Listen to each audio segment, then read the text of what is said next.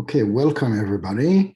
Thank you for joining us in our weekly connection, weekly consciousness. I hope that all of you are getting at least one lesson out of those weekly sessions. And if you do, it's a great opportunity to share the link, either the Zoom link or even the YouTube recording. For those who are taking the class again on YouTube, they also have the link to take the class on a weekly basis because it's always the same Zoom link. So it's not rocket science. So we are here to discuss the portion of Mishpatim, page 488. And the title of this chapter is, You Shall Not Follow Multitude to Do Evil. Very nice topic. So, Ellen, do us the honor and start with the synopsis. Okay.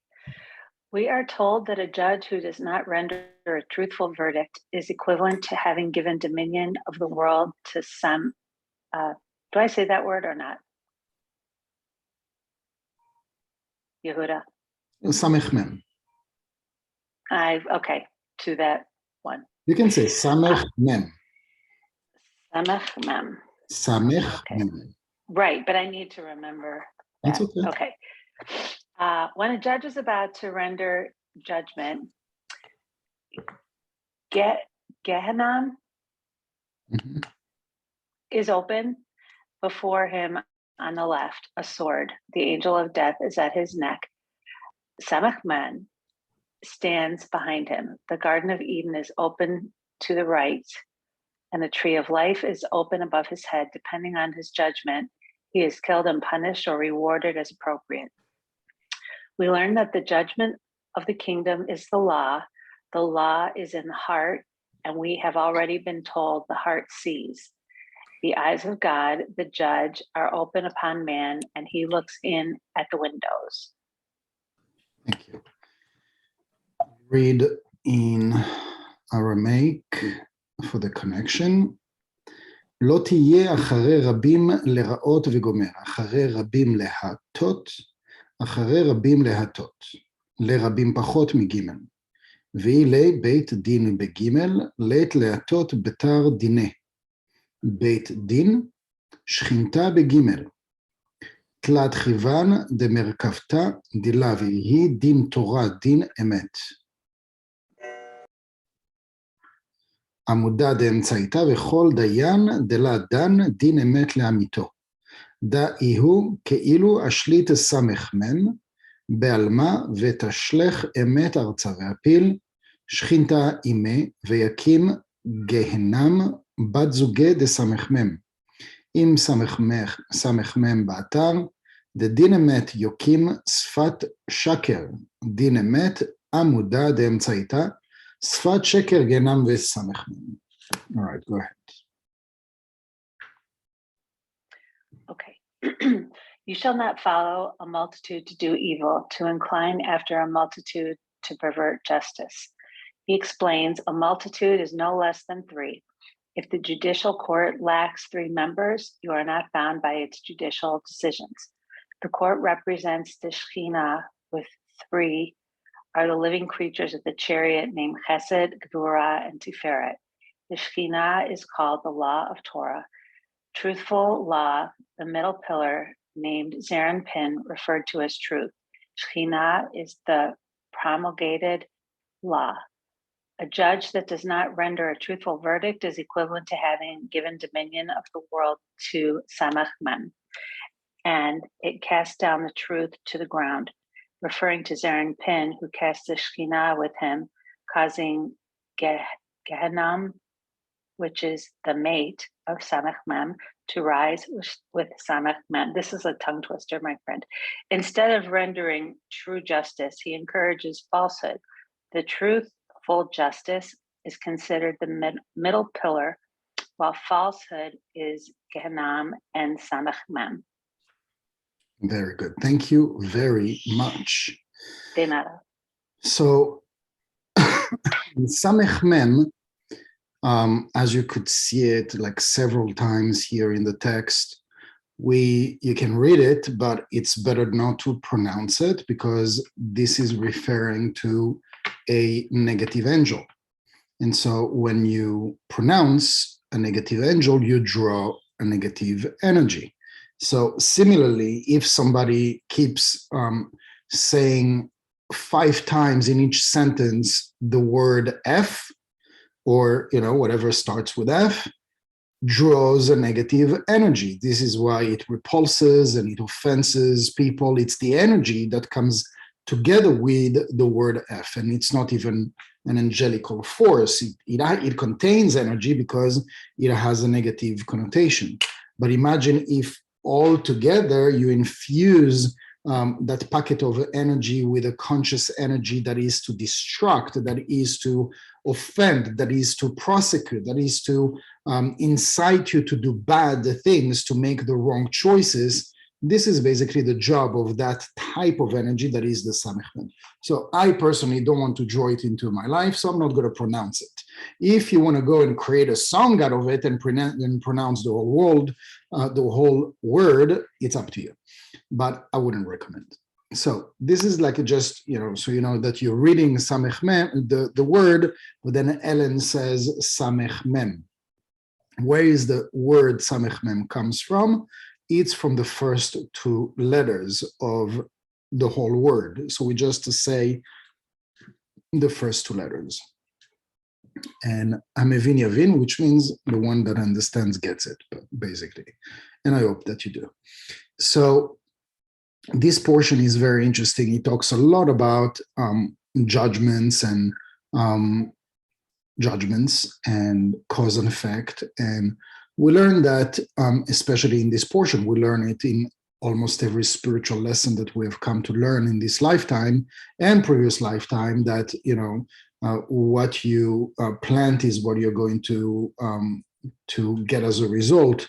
The harvest would be just as a result of, how much you took care of the process from the moment that you planted the seed. So if the seed was injected, was infused with love and with care and gentleness and compassion and tolerance and forgiveness, etc., the result, the fruit that is going to grow is going to be sweet, and is going to be generous, and is going to be fruitful. You will plant the seeds of that seed, and it's just going to be endless how much more it's going to give.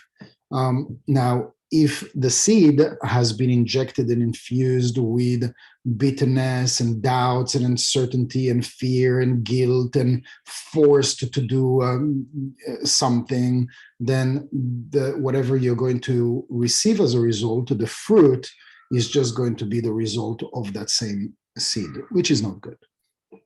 So the portion of Mishpatim, as you read it, can sound very judgmental, and it just seems, after you read, the entire portion of the Torah, and you read also the experts or the interpretation of the Zohar, you kind of like are remaining or taken aback, because it talks a lot about hell and about. So it sounds like a lot of the religious connotations that we've heard forever, but the matter of fact is that the Zohar is the least of the teachings that would be religious. It just teaches us 1 + 1 = 2. And it teaches us that, that if I'm going to, I'm holding somehow, don't ask me why, headband from one of my daughters, and if I just release it, it's going to fall. So you can say, what caused it to fall? Most of us would say, it's gravity, although I would say, it's me releasing it. So, but anyway, the fact of the matter is that there is a cause and effect to everything. And so if something bad is coming back to us, it's because at some point I planted that seed. And even if we don't see it, because, right now we are probably like in the cyclical process of a loop that started maybe like 10 years ago. We are limited with time, so we don't exactly put the pieces together. So if something bad is happening and I've had an amazing spiritual week, I'm going to, for sure, conclude that, the world is unfair and there is injustice. But the Zohar, in this portion, more than any other portion, tells us very clearly, this is an opportunity for us to go back home and to never be again a victim.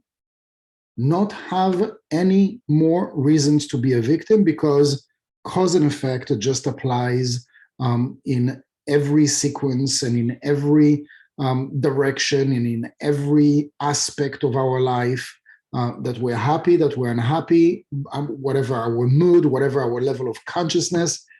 Cause and effect does not just apply to people that are paying the price. The cause and effect applies also to people that are super spiritual. So, somehow people that are super spiritual might think, oh, because I'm doing all this good, then if I do a little bit of bad, the good is going to compensate. I've met countless of people that are in this way, that, that if they do a lot of good, but they do a little bit of bad, then it's not going to be as bad as it should, if you will. So here we're reading, like even in the title, is something that is very interesting. You shall not follow a multitude to do evil. So from the title, what would you say this is about?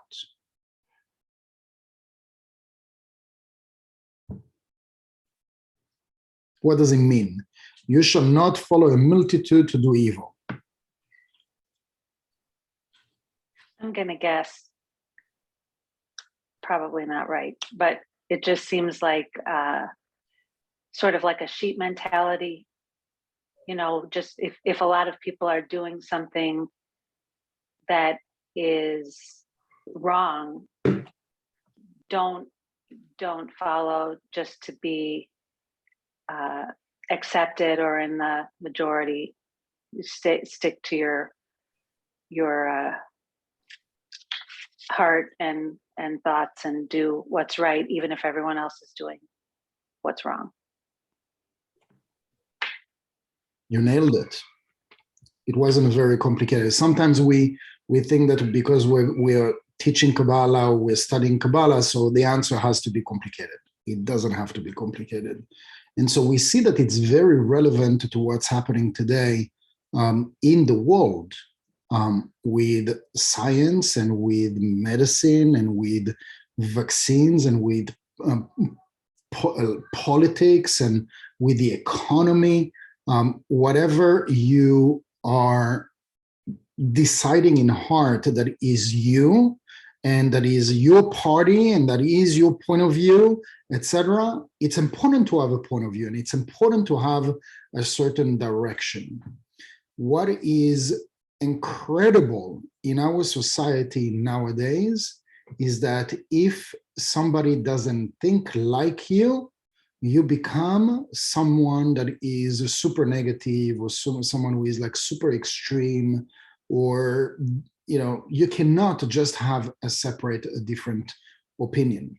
And so if I was to ask you the question, if you're born in California or in New York, what would likely be the party that you would vote for? I mean, it's a gross example. I'm not doing politics, but just like follow me with this process of thinking. So if you're born in New York or in California, what would be your party likely? What do you think? Liberal. Liberal, absolutely. Is there anything wrong with being liberal? No. Very good. If you're born in Texas, what would likely be your party? Republican. Republican. Is there anything wrong with being a Republican? No. I love the answers tonight, and obviously it's only because we're having a spiritual conversation, right?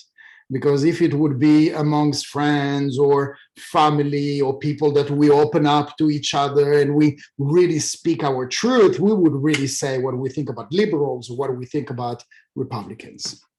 Matter of fact is that if you are, and it's just an example, you're born in a party your family, your parents, your grandparents, the state, the city, whatever, they are that specific party. And that party is doing something really wrong. Really wrong. What would likely most of the party or most of the voters do? What do you think?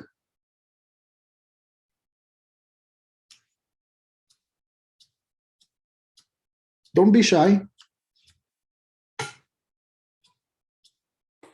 They would follow the party. Follow the party, turn a blind eye, right? Like that's the expression, turn a blind eye, even if we don't feel like that towards that specific point. We are followers of that party like 99.9%.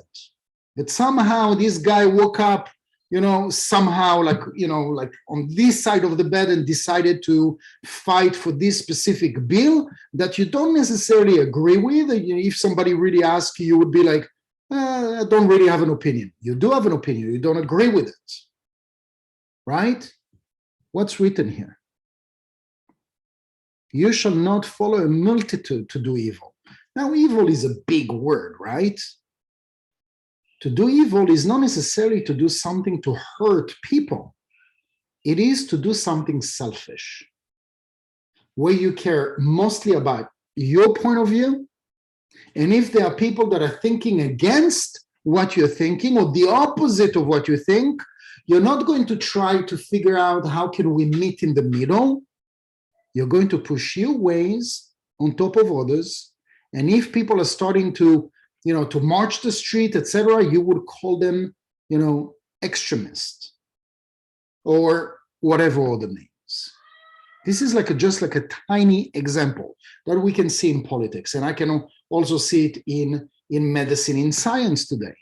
If you do not think in this way, you can be considered as a terrorist. It's in the news. We can just read the news and, flash news. This group or these doctors that are from Harvard and Stanford and that have been doing this for 30 years, they're listed as, anti such and such. Why? Because they have a different point of view that is not going along your narrative. You become so much empty that it puts the other person as, ostracized and excluded and giving the bad PR, which we call basically ayin hara, which means lashon hara, which is like the evil speech, etc., etc. So I'm not going to go into this. It's not the point. What I'm saying is that it's very hard nowadays to hold on to our truth.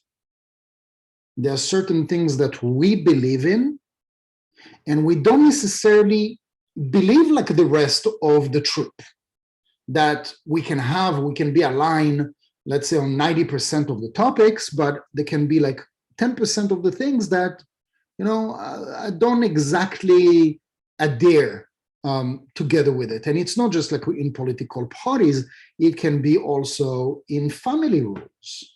It can be in a marriage. It can be in a business.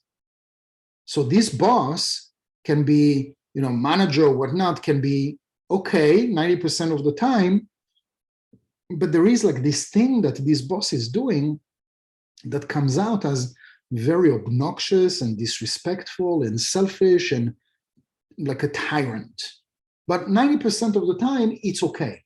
But because of the 10-20%, it causes the office to, to have like a, like not such a relaxed energy. Now, nobody is going to stand up to that boss. Why they're not going to stand up to that boss? Why they're not going to stand up to the manager? What's the easy answer? I'm not looking for complicated answers today. What would happen?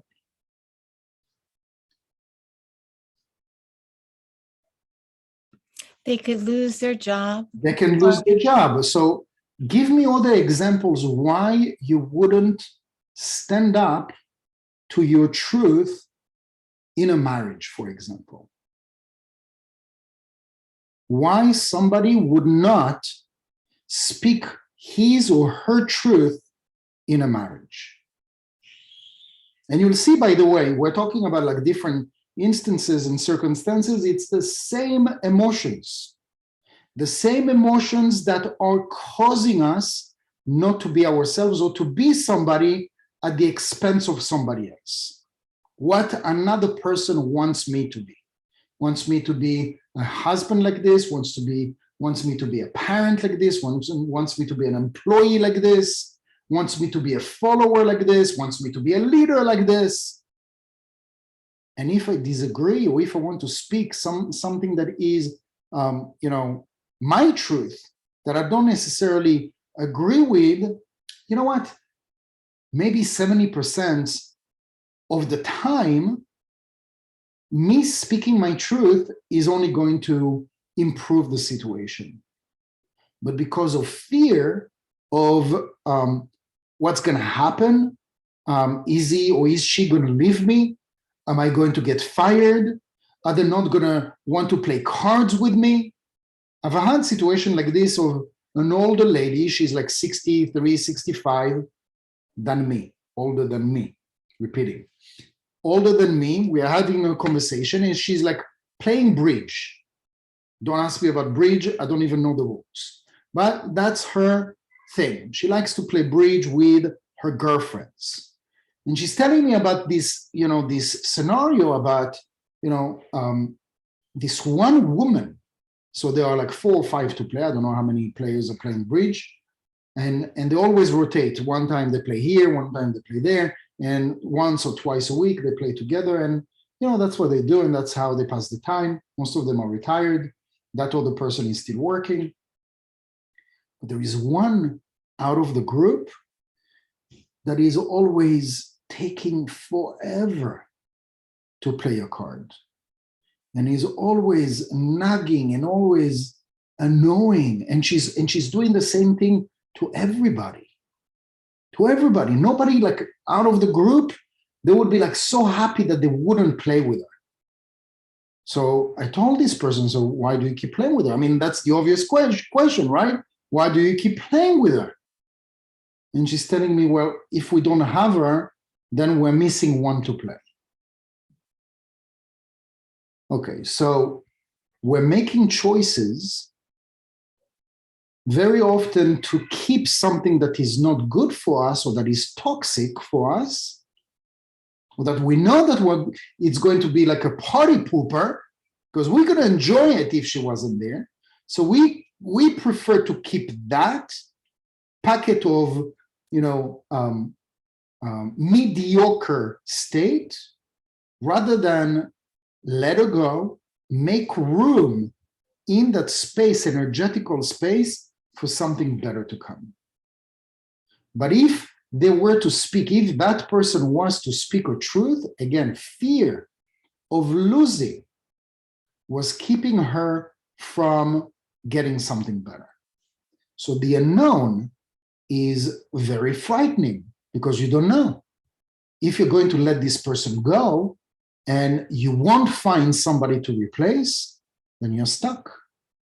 You're stuck in your routine and what you're used to. You've been doing this for years, etc., etc. Now take this example and put it in your work environment, in your family interaction environment. How many times did you want to say, I don't agree with this. I don't want to do it. I don't want to go to this place for vacation.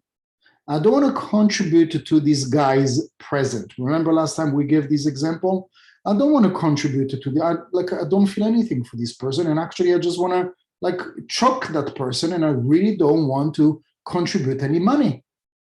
But every single time, this last time and the previous year that I didn't say a word, I didn't contribute anything good. Maybe in the 1% I did, but there is ramification to when we are.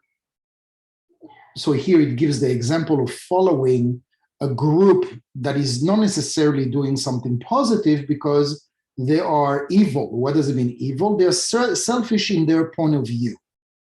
And so if there is a different point of view, then it becomes something negative. It becomes something negative. That is basically the by definition, tyranny. Tyrant do the same things. They have their point of view, they have their way of thinking, and if somebody thinks different, then is thrown to prison. There are still places in this world that these kind of things happen, political prisoners, religious prisoners, and whatnot. Ethnical cleansing, those things still happen today. Now, if you're living in a country that you risk to get killed if you speak the truth, then I wouldn't go to that extent and say, stand in front of everybody and say, claim it high and loud. In the context that we can come out of our comfort zone, that we can stand up for our truth because it is important for us. It is to not live in that place of weakness, in that place of vulnerability, in that place that I don't have a voice. Do you know how terrible that is? To live in a marriage, to live in a relationship, to live in a work environment, in a friendship relationship where I don't have a voice. It's a terrible thing to experience. And so when we are following or letting that kind of situation to continue, not only do we perpetuate the, I would say, like the negative context and situation, but this is hell. When we're speaking about hell, we're not speaking about something that is happening, that is taking place after life. For a lot of people, hell happens right here. For a lot of people, heaven happens right here. It really depends on how we perceive life, how we stand up for the things that are real and true for us. It really depends on how and where and when we jump to certain opportunities that are given to us. And those windows, they come and they go, but at some point, they stop coming, only because at some point, even if I had like a spark of hope, some people lose that hope. Lose that hope that, there is nothing that I can do. I can't save this marriage. I can't save this job. I can't save, there is no more hope. And when you've given up, then there is nothing that can save it. Now, it's interesting that he talks about truth and falsehood, because, when we are in a tough mark, we are in a difficult relationship, and, sure, it's easy, Yehuda, to say, why don't you stand up for yourself?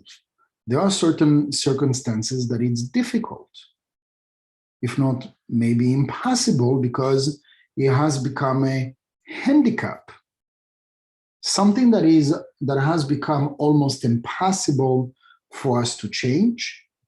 We can call it a handicap, because a handicap is something that you cannot change. So obviously, if we or somebody that we care about has reached that level of handicap, that should lead us to have more compassion for that person. Because you can get all the upset that you want, if that individual, if the child, if that partner, if that employee, if that boss has been like that for as long as you know that person, likely the chance this person cannot change it. This person cannot change it, and even if you were trying to speak the truth to that person, like it would sound like a lie. You're lying, you're making this up. And if the role was reversed and told to you, you would react the same way. And equally, we can say that if we are living in that place where we are not ready to change, we're telling ourselves lies. And when we're telling ourselves lies, which as a result perpetuate a tikkun, a karma, that has basically no end, at least no end is in sight, this is a part of falsehood. This is a part of Gehenom. This is a part of hell that we can live, where basically we live in denial. And denials, there are all sorts of denials. That we have a certain type of anger, or jealousy, or bitterness, or victimness, or low self-esteem, or giving up, or procrastination. And if we have people around us that have been trying to help us, hinted to us because they don't want to hurt our feelings, the same way that you don't want to hurt the feelings of the people around you. So you would tell them from a place of good heart and a place that you are generous of heart and you really want them to improve their lives, almost more than you wish to improve your life. You want them to be happy and to find a soulmate and to be prosperous and to be out of the misery that they're in. You're really trying hard, especially for the people that you love and care for. But if they're not ready, whatever is going to come out of your mouth is going to sound like a lie. Is going to sound like an exaggeration, falsehood. So, I mean, just in these few words that we're discussing here has so many variants and has so many ways of interpretation, because we can take it in every aspect of our life, and we experience hell, we experience Samech Mem, we experience the female aspect of Samech Mem, we also experience sometimes the opposite. Sometimes we do also experience the Shekhinah, we experience the dominion of Zeir and Pin, we experience truth, but truth from the upper world.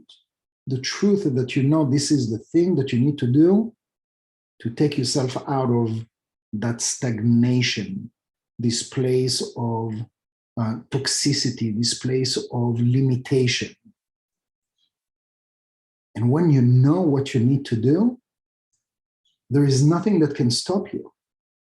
That inner truth and that connection to truth that is connecting here to the level of Chokhmah, it's the highest revelation. When somebody, unfortunately, if we were to exercise this thought process and this belief system, then maybe it would come quicker. But unfortunately, most of us, if a lesson needs to be learned, unfortunately, we have to walk through hell to decide for ourselves, this is not what I want. Or you can also decide, this is exactly what I want, but not like that. So in a lot of times you see, Rebecca is I think I can share it because she posted it. So I guess it's like public now. But she shared that, you know, like she's coaching this parent, this woman, and it's been like almost a year and a half. And that woman has been in a relationship, and she really got to a place where she and him were giving up. I think that they have like 3 or 4 children, and they just gave birth. But both of them were really in a place where they were like, they tried everything. Quote to quote, they tried everything. They went to like 5 or 6 different therapists, and they did all sorts of group therapy and that therapy and this course or whatever. They tried all sorts of things and it didn't work. And so somehow it led, one thing led to another. She started to meet with Rebecca for parenting. It started as parenting coaching, and then ultimately it became not only about parenting, but also about life coach. And so as she goes in a meetings, in a weekly meetings with her, this is one thing that she just said, like very, very recently, that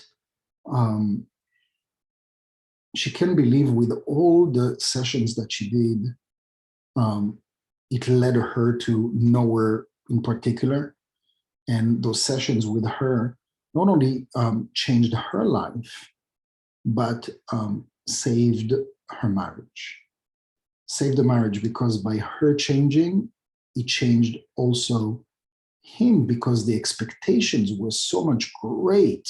Because when you go to a normal therapist, they're not very spiritual most of the time. There are spiritual ones, I'm sure, but the ones that they have tried, they were not spiritual therapists. So they don't go into the cause and effect. They don't go into whatever happens first in you, and then it is projected into others. So if you want to change your reality first, you change yourself. And so by doing that and having less expectation of the other and raise your expectation about yourself, she changed herself. And as a result, the husband changed. And as a result, their marriage has never been better. And so we can they've been in the truth that it's over. Game over. We tried everything. But somehow the universe wanted to show them another perspective. Maybe it was true 2 years ago, but the truth that they're connected to today is that they are the happiest that they've ever been. And it started with what? Taking full responsibility over your life. And when you take a full responsibility over your life, you're faced with the truth. Because the spiritual work goes inward. The way that most people do the work is outward, it's external.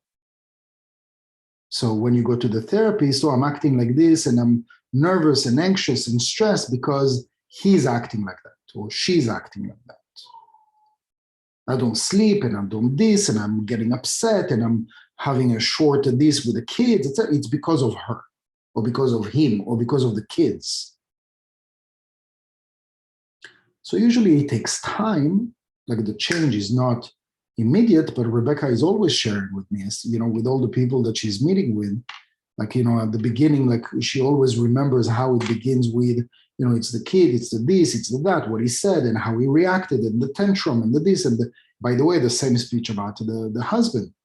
And after a few sessions, I hear that usually after 2 or 3 sessions, she doesn't give me personal things, even though I like gossip, but she doesn't share so much about her clients.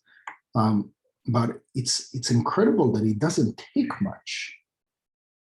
It shouldn't take much to infuse truth. And there are layers of truth. There are different layers of truth, but the one of the first layer of truth that we are, to face, the justice, which is basically the middle pillar, is that we're ready to face that reality about ourselves. That if my child is acting in a certain way, if my husband or wife are acting in a certain way, and I'm talking here about a close relationship, is that maybe there is something in me that I need to work on, that they are mimicking, that they are reflecting. Because we've spoken about this in classes and whatnot, our existence is a 360 degrees screen. And on that screen, our life is projected with what we came to correct, what we came to work on. And so when we see something in our husband, wife, child, neighbor, sure, it's not okay what they're doing, but nevertheless, what you see and what is being triggered in you is the truth. The truth is not what you see in them. Yes, we can leave that to the truth about Gehenom, because if we're not taking responsibility, we are creating hell made of all these components and all these ingredients and all these actors. If I am taking responsibility and I am the pillar, I am the center. I'm the main actor and director of this movie. I'm taking full responsibility. This is how and when I connect to the true truth, and I connect to things that are beyond this realm of physicality. And as a result, I draw immediate change, not only in me, but as a result, as I am changing, my movie is changing. As my movie is changing, the people around me are changing. And if they need to go because they don't serve anymore any lesson, then they'll go. But if they are supposed to be in my life, they'll stay in my movie and they'll change for the better. Because I don't need this anymore. It doesn't serve me anymore. Because I took responsibility. Any questions?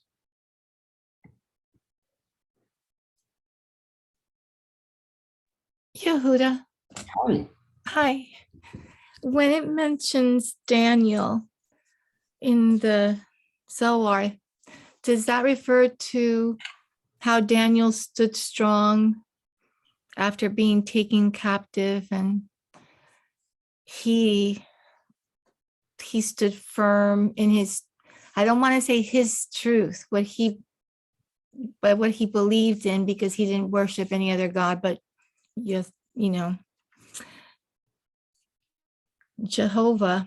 And they put him in the fires and he came out, and the king said, well, and because he stood firm and he didn't follow the crowd, is that in the Torah and the Zohar, or does it Sure. Totally sits into what we're talking about. Absolutely. Thank you.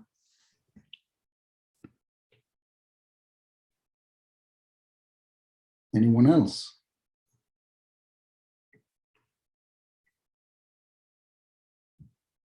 Okay. All good. Thank you very much, everybody, for joining us. And if you have any other questions or comments, you can always post it in the chat. As soon as I post the recording, feel free to share it and listen yourself to the recording again, if you want. And we meet again next week at the same time. Thank you. Thank you. Thank you, Yehuda. Very Thank well. you. Thanks. Bye-bye. Thank Bye. you. Bye.